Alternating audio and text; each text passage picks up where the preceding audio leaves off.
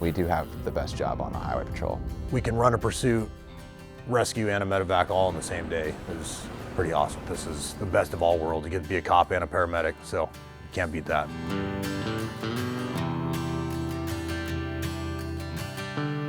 We are a rescue, medevac, and law enforcement aircraft. So we have a broad range of things that we do. So you're going to be involved in pursuits, you're going to be involved in searches, searches of all kinds, whether it be suspect searches, missing persons searches, and then into the medevac side where you're doing a lot of off-airport operations, and then as well as rescues. Every day is different, and that's what I love about this job. You never know what you're going to get when you show up.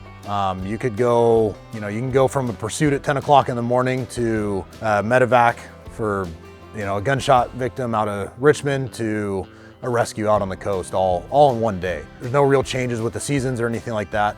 Nighttime for sure brings our law enforcement calls. We get a lot of law enforcement calls at night. It's when the bad guys tend to come out and play. Yeah, I think one of the most challenging things here is weather conditions and how rapidly they can change and how severe they can be. Onshore breezes and winds on the coast can be horrendous. In the evenings, it can fog over rapidly. So you have to be very cognizant, use all the resources that you have to make good go, no-go weather decisions. So the weather is very challenging. Some of the terrain, but we're lower in elevation here, so we have good sea level performance of the aircraft, lots of cliffside terrain, many miles of coastline, and people can just get themselves into precarious spots. When you get into an air unit, the training it doesn't really matter what kind of experience you have before, whether it be military, civilian, what type of paramedic experience you have before. Obviously, the more experience you have, the better it's going to help you out. But we have a pretty structured and standard training that we use throughout the state to train either a flight officer or a pilot. It's typically about 3 to 6 months, depending on the person. Sometimes it takes a little longer to get somebody up to where they need to be. But even when you get signed off as a pilot or a paramedic and you are able to go conduct missions, you might not be able to do all the missions right away. For instance, like rescue operations, hoist operations. Typically our pilots and our paramedics, they can't do that right away. That takes some time to just get used to the other missions that we do, the medevacs and the law enforcement work. Get you kind of used to that, and then you get out there and we give you more experience on operating the hoist, get you more uncomfortable with that because it's just so much more technical than the other things we do. When you first get your wings, it can be overwhelming. You are a single pilot, you're on your own. You do have a crew member that's with you, but he has his job to do. So you are on your own as far as managing the aircraft. You get your feet wet pretty quick and you build that experience bank pretty fast, especially in a unit like this where we are very busy, we have a very high call volume. So you have to be able to adapt and overcome pretty quick, and this unit will get you the experience that you need pretty fast. Throughout the state, we have roughly 15 Airbus H-125 helicopters, formerly known as the A-Star. It's a pretty common law enforcement platform, especially here in the United States. It is a turbine aircraft. It's a single engine, VFR only helicopter. And it's a great platform for what we do. It allows us to do, like I said, all the different varieties of mission work that we need to do in the Bay Area.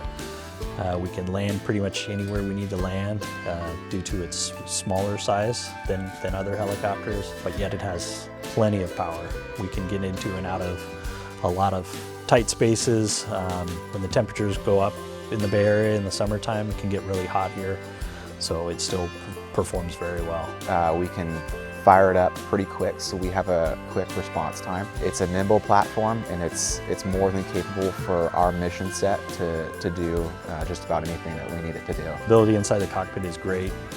The way we train and the way we operate is we do almost everything as a crew. So any kind of tow-in, one-skid, hover operation, or a hoist operation, the flight officer paramedic is our eyes and voice in the cockpit, if you will, because they're the ones that telling us where to put the helicopter versus how some operations the pilot does all the vertical reference.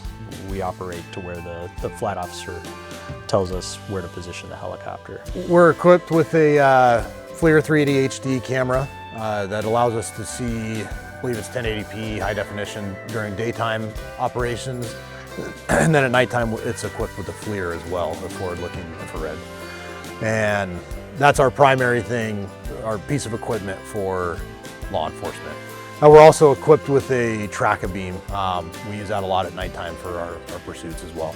Yeah, so when I first started here, we only did static hoist. We didn't have any kind of rider position or anything like that. And we started training with an outside company, and they kind of changed the way we hoisted. We started getting into more of a dynamic type hoisting.